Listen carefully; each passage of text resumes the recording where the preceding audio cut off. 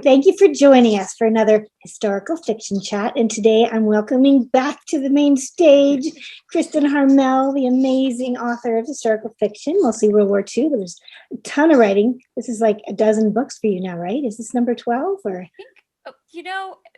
That should not be the question that catches me, but I think it's book 13, but I should just look behind me and count, but I think it's 13. That would be lucky 13. Lucky 13. Exactly. So we are here talking about Forest of Vanishing Stars, which is coming out in July. I'm very excited because I got the early copy of it today. So I will introduce you all to Kristin again, in case you weren't here the first time. And if you were, you can go back in my videos and see the last conversation that we had. And then I will read you a little bit about the book, a little synopsis, and then Kristin will read to us.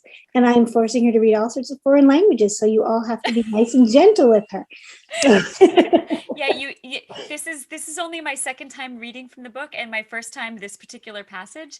So I wish you had all seen the conversation Genevieve and I had ahead of time about my book, me asking her, how do I pronounce this word in my book? Yeah. So if that gives you any idea of how good my German pronunciation is, that it's very strange, this job that we do, this career that we have chosen, that we can't even speak our own words, but I get it. All right, so let me introduce you all to Kristin. Kristin Harmel is a New York Times bestselling, USA Today bestselling, and #1 international bestselling author of the Book of Lost Names, which I think is my favorite of yours so far. I think so. I think that one really got me. Also, The Winemaker's Wife, and a dozen other novels, so maybe that's 14, that have been translated into 29 languages and are sold all over the world.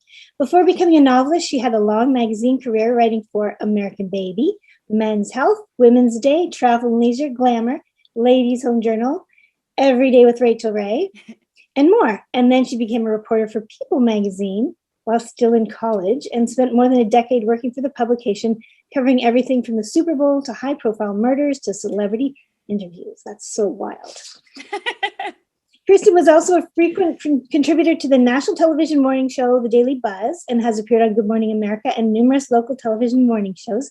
She was born just outside of Boston, Massachusetts, and spent her childhood there, as well as in Columbus, Ohio, and St. Petersburg, Florida.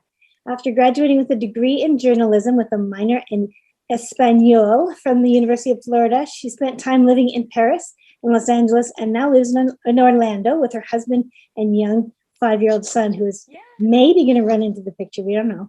She's also the co-founder and co-host of the weekly web show and podcast Friends and Fiction, which is a wonderful show that you should all go and look up on Facebook, Friends and Fiction.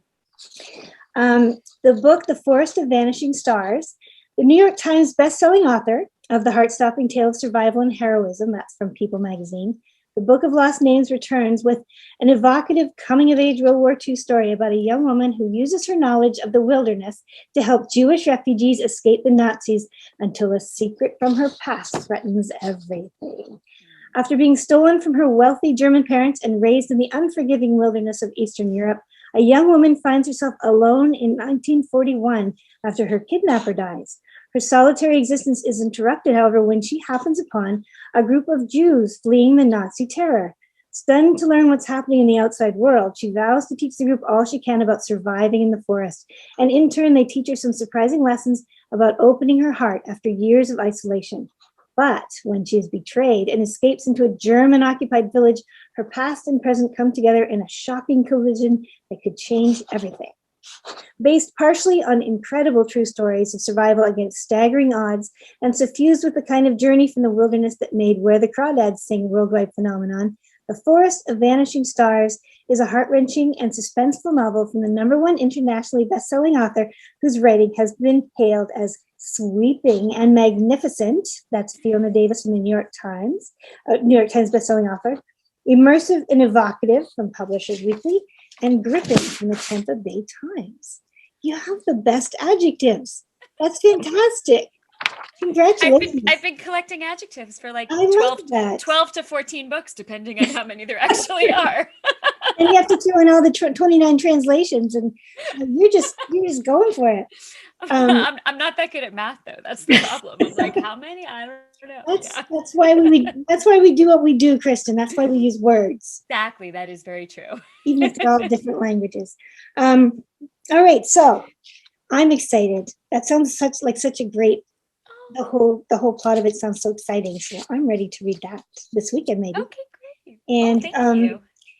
and now we're all going to sit back and we're going to put you in the spotlight, and you have to read all those words. And I'm looking forward to hearing this. So thank you very much, and we'll see you in a Great. second. Well, thank you for having me.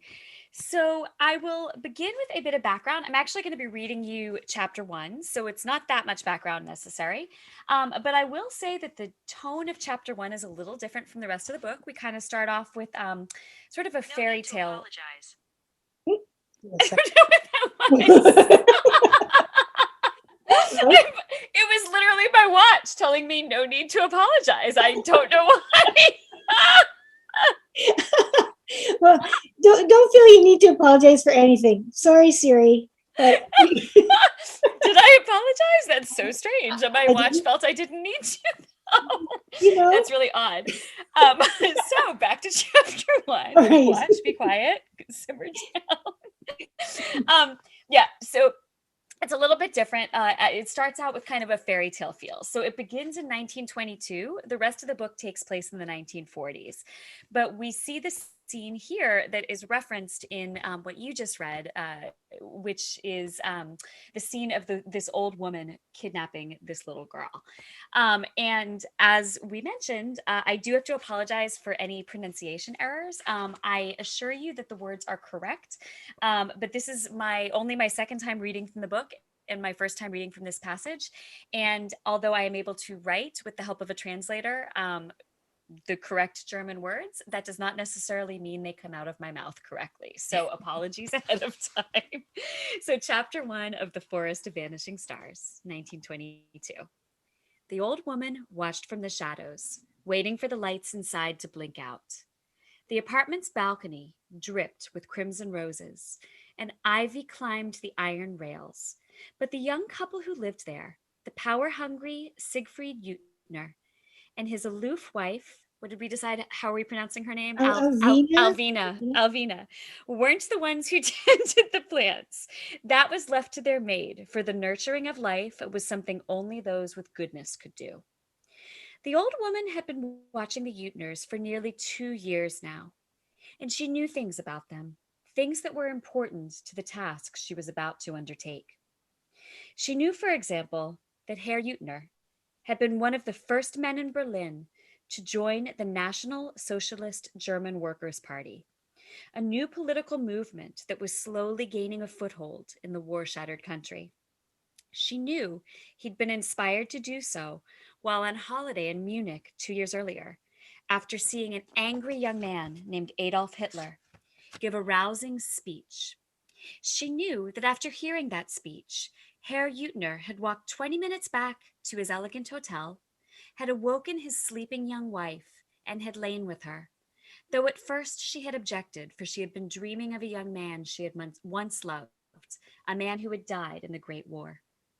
The old woman knew, too, that the baby conceived on that autumn-scented Bavarian night, a girl the Uttners had named Ing, had a birthmark in the shape of a dove on the inside of her left wrist. She also knew that the girl's second birthday was the following day, the 6th of July, 1922.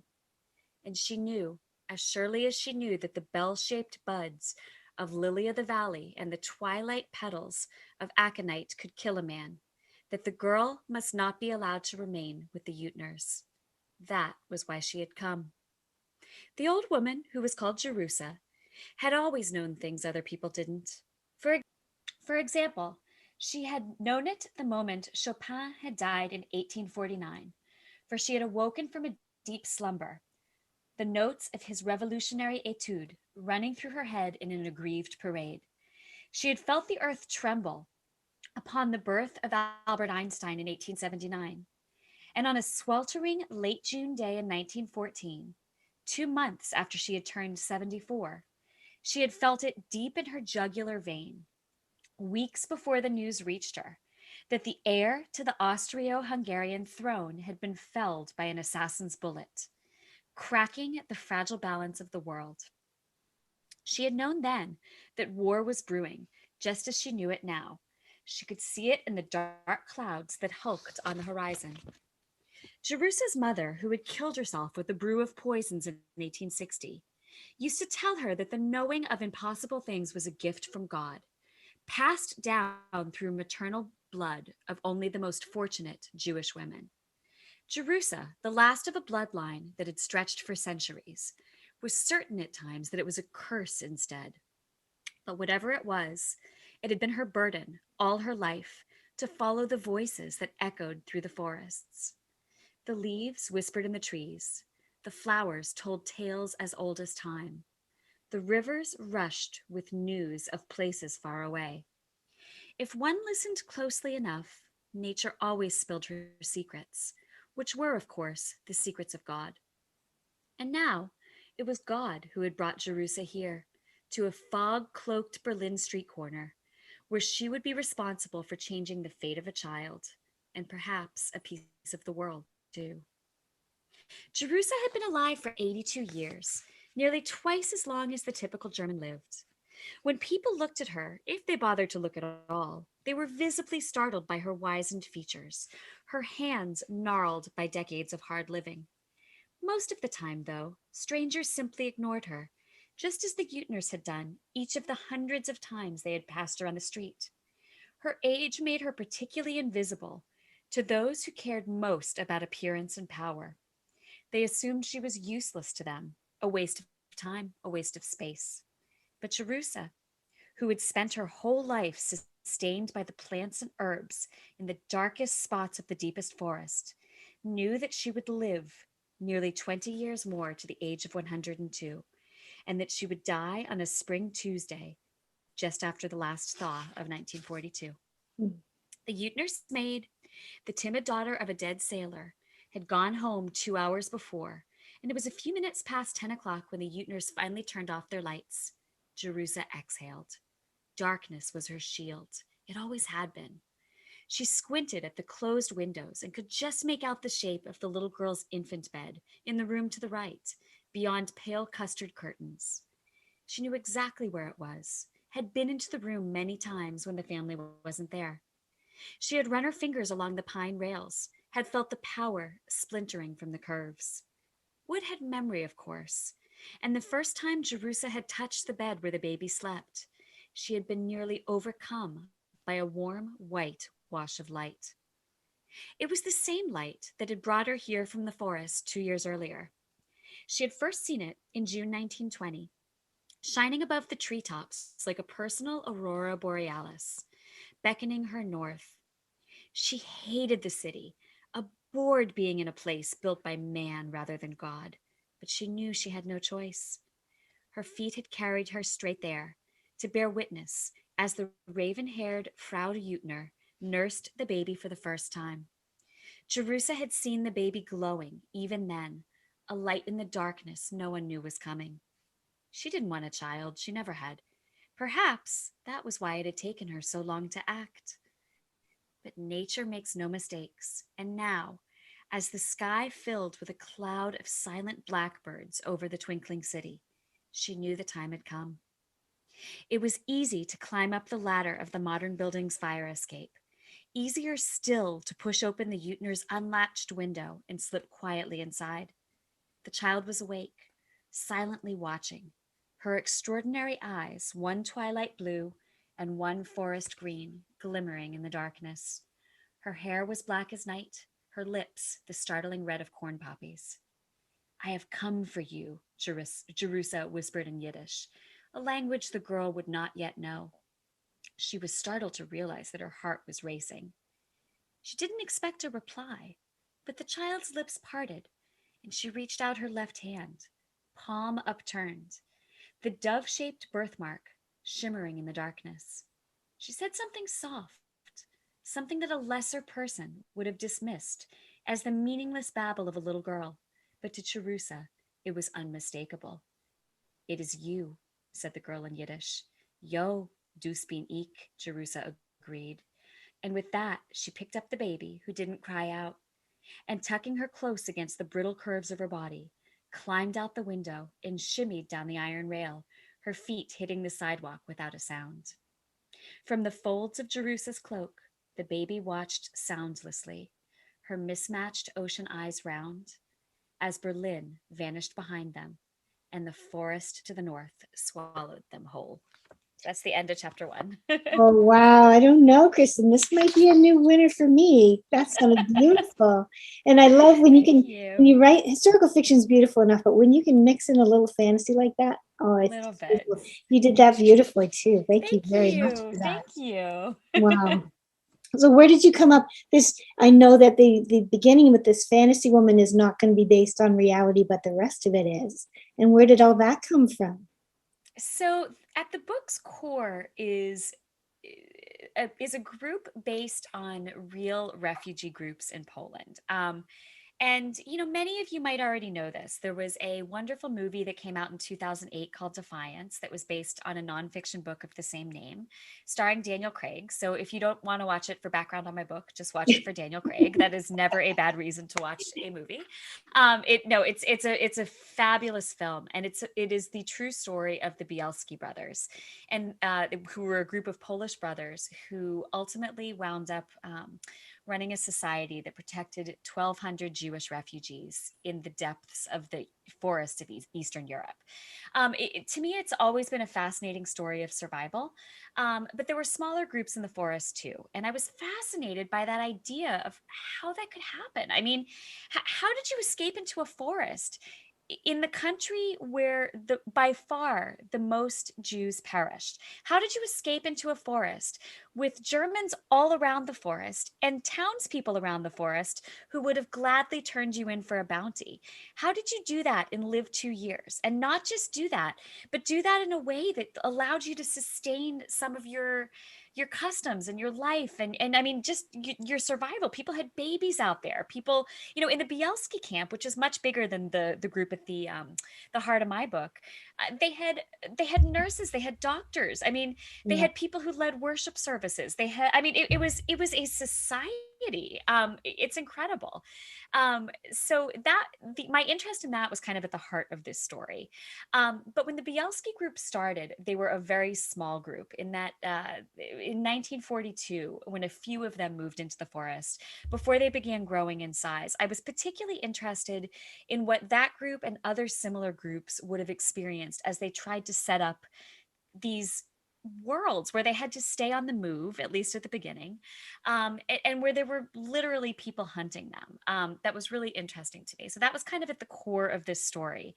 And although the beginning has kind of a mystical feel, it's not necessarily. A friend of mine said the other day, he had just finished reading it and said, "Oh, I love the magical realism." And there's a little bit about that, but it's very grounded in reality. So the tone of the first chapter is magical, but that's because that's how Jerusa thinks. That she thinks she's been sent by God. She Right. thinks she knows these things. And it's kind of up to the reader. There are some sort of hints throughout about, whether she might be crazy. She might be a crazy person Right. who thinks she's been called by the forest to kidnap a girl, right? That sounds crazy. So she is a very magical thinking person, but Mhm. whether that actually translates to her really being magical, or whether she stole a child and raised her to defend herself and to survive in the woods, who knows? You'll have to read the book. Wow, you must have learned so much just with like, if I threw you in the forest right now, how would you do? How would you fare? Did you make it out alive? Well, it's funny. I had to learn a tremendous amount. This book was far more research intensive than anything I've ever done. And I would like to say that, yes, I have the intellectual ability to survive if you threw me into the depths of an Eastern Polish forest and said, we'll be back for you in 2 years, Kristen. I would like to think I would know what to do, but I would probably know what to do about the same level as I know how to pronounce my German after writing German words in the book. I feel like it's one thing to embody a character and write about it and know how to do all these things intellectually. But it's such a leap for me to actually imagine doing it. And so one of the real joys and privileges of researching this book was I actually got to talk to one of the Bielski brothers. Oh, One of them is still alive. He's 93. He'll actually be 94 right around the time the book comes out. He lives in Florida, which is where I live, just by a stroke of fortune. I had no idea when I started researching this book mhm. that I lived, a couple of hours away from someone who would turn out to be one of my great research resources and a great Amazing. inspiration. That's amazing. Um, it was fascinating. So he was the youngest of the brothers who fled into the forest.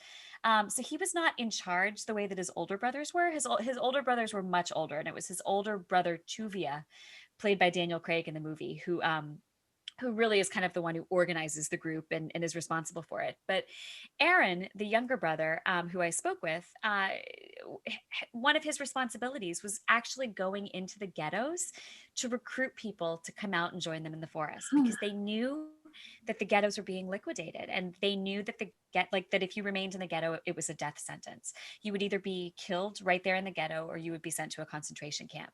And so they not only protected people who came to them, they sought people out to save their lives, and particularly children.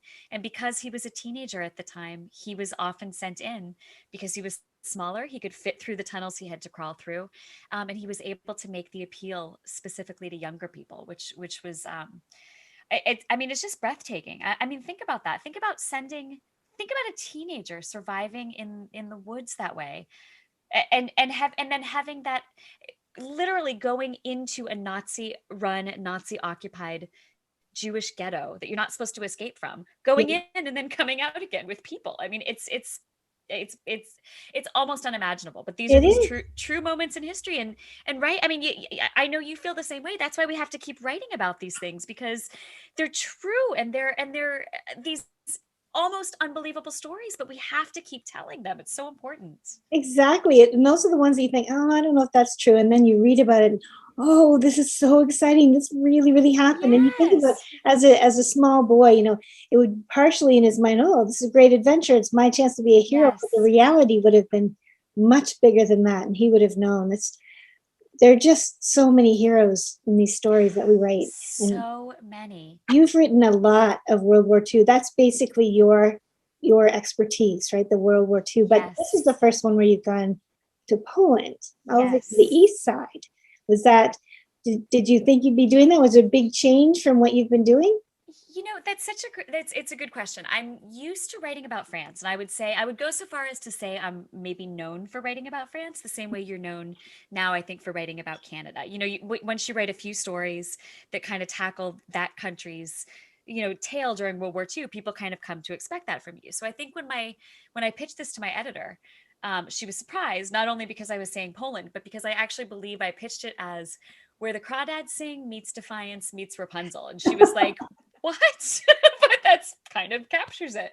But yeah, it was a departure for me. And my next book will be a return to France. I can never get too far away from France. I used to live in Paris. I have a family history with France. I feel very connected to that place. Mhm. But I was so drawn by this story of just this fighting back in the place where the odds of achieving what you were fighting for were probably lower than anywhere else. The odds were stacked against Jews in Poland in a way that they weren't stacked quite as high in other places. They were stacked high everywhere, but Right.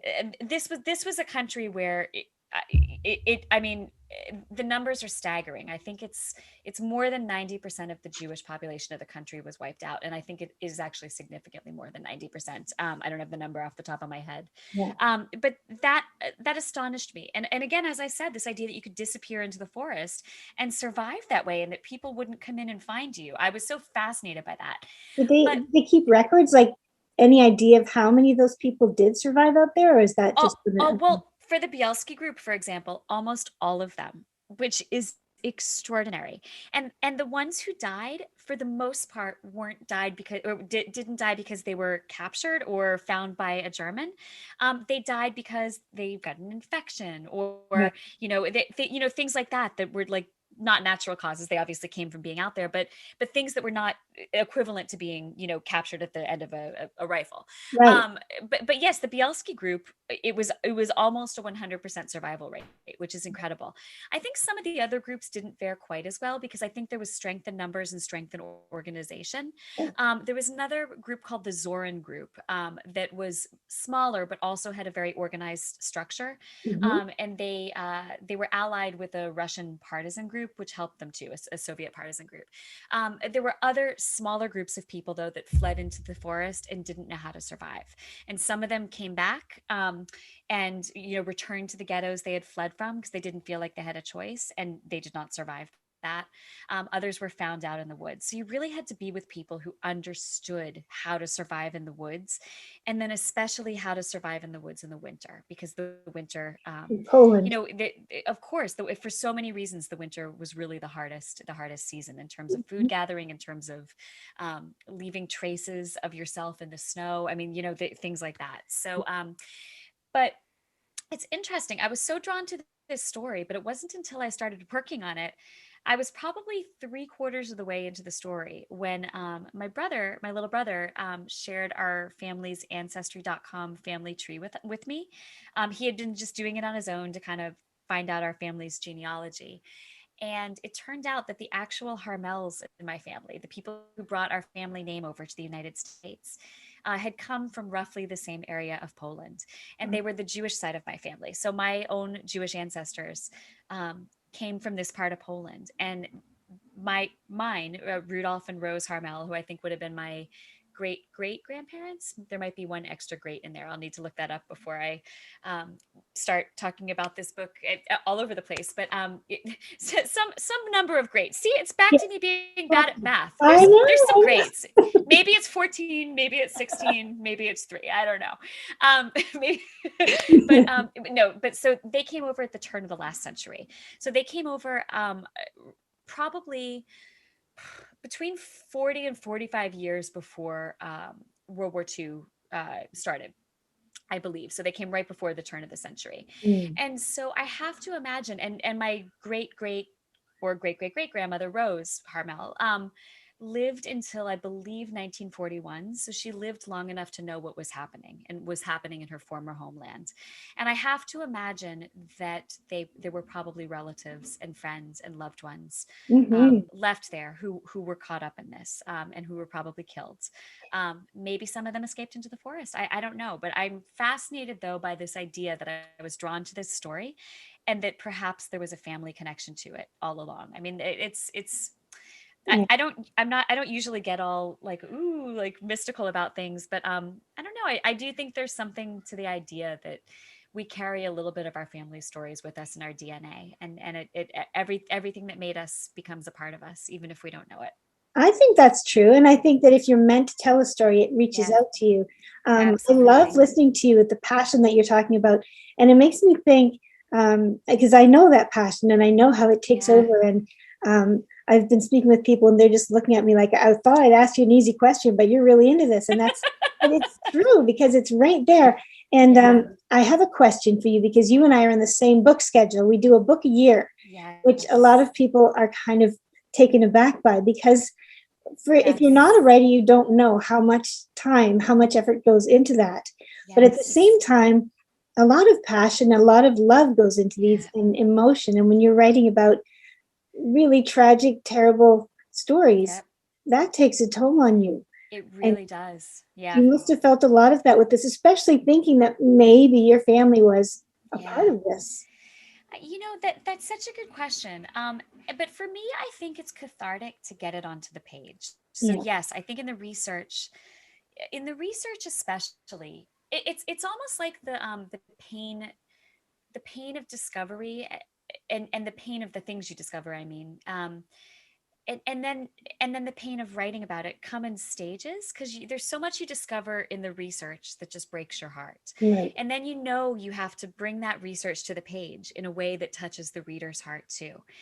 And I think that in doing that, you almost suffer again and again and again with your characters, which in a way softens the suffering each time, because you know what's coming, you know the blow that you're expecting, but you do have to kind of live it again and again. And I'm sure you know, you really have to get into the heads of your characters to be able to tell their stories with the right amount of emotion, with the right stakes, with the, you know, the right compassion. And when you get into the heads of people who you know are going to meet an unfortunate end. You know, people you know are not going to survive the war because, you know, and that's not a spoiler. If you pick up a World War II novel expecting that everyone's going to live, that might be a mistake. But you know, so yes, in this book there are people who are lost. And it's difficult and painful to do that, especially when you know that those aren't just things that have come from your imagination, when they're things that have a real root in history, and that as painful as it is to write about it, those were things that happened, and they're terrible things that happened, and so unjust, and so unfair, and so responsible for changing the future in a way that it shouldn't have been changed. And I think all those things make it important to keep telling these stories. It's interesting, isn't it? All the things that we don't know that we should know. I mean, I guess we couldn't know everything, but these stories are so important. Yeah. Everything that we're bringing out in historical fiction, which I think is, you know, it's such a popular genre right now, which is it should be. And there's so many incredible stories coming out. If anybody thinks history is boring, they're wrong. They need to read a little bit more of these things. So I want to let you go, but I want to thank you. This was really a great chat. I love seeing you again, Kristin. And I love can't seeing you wait. too. It was so good to see you. Can't wait. I'm going to dig into this tonight. Oh, thanks. And I'm sure you'll pronounce the words better in your head than I pronounce I don't them know. out of my mouth. I'll send it to you phonetically. I'll email it to you phonetically. Well, you know what's interesting is I pay translators to translate, to make sure I'm getting the sentences exactly grammatically right. Yeah. And then when we're preparing to do the audiobook, I go back to those same translators and have them read any of the words that are in their language so that I know them, and so that the audiobook narrator knows them. So by the time I'm actually on tour for this book, I will have them. I will have mastered those words. Yeah. But I don't have a background in speaking German. And so the reading the words is a phonetically difficult thing for me because I don't. Anyways, but I'll have it down once I get those translators. You did beautifully. It's Romantic language. That's tough. It's different from what we're used to, but you did a beautiful job. I had my editor sent me a list of words for the audiobooks, and I didn't have a translator, so I was like phoning people and Googling it and trying everything I could. So I may have to get in touch with you and ask for your translator's name. Yes, absolutely. No problem. But thank you very much. And I'm looking forward to this time next year. We'll be back in France, will we? Of course. Yes, we will, with my next book. And then I am very much looking forward. Well, gosh, by the time we run this, your book will be out in the world and a huge bestseller. And I'm sure it'll be on top of the Globe and Mail and star lists again. I mean, I know you're, oh my gosh. And so, yeah, let's hope for huge things, huge, well-deserved things for this book of yours. That's right, for both of us. From home. We're in there. And everybody that's listening to this, you should go out and pre-order this one more time. There you go. Pre-order that one right now. Pre-orders are very important for authors and for editors, and they sort of tell everybody ahead of time what to expect of this book. So I encourage everyone to pre-order. And all the links are on my Facebook there and on the YouTube. So have at her, go and order away. You take care. Kristin, it was great seeing you again. Great to see you too. Thank you so much for having me. Bye-bye.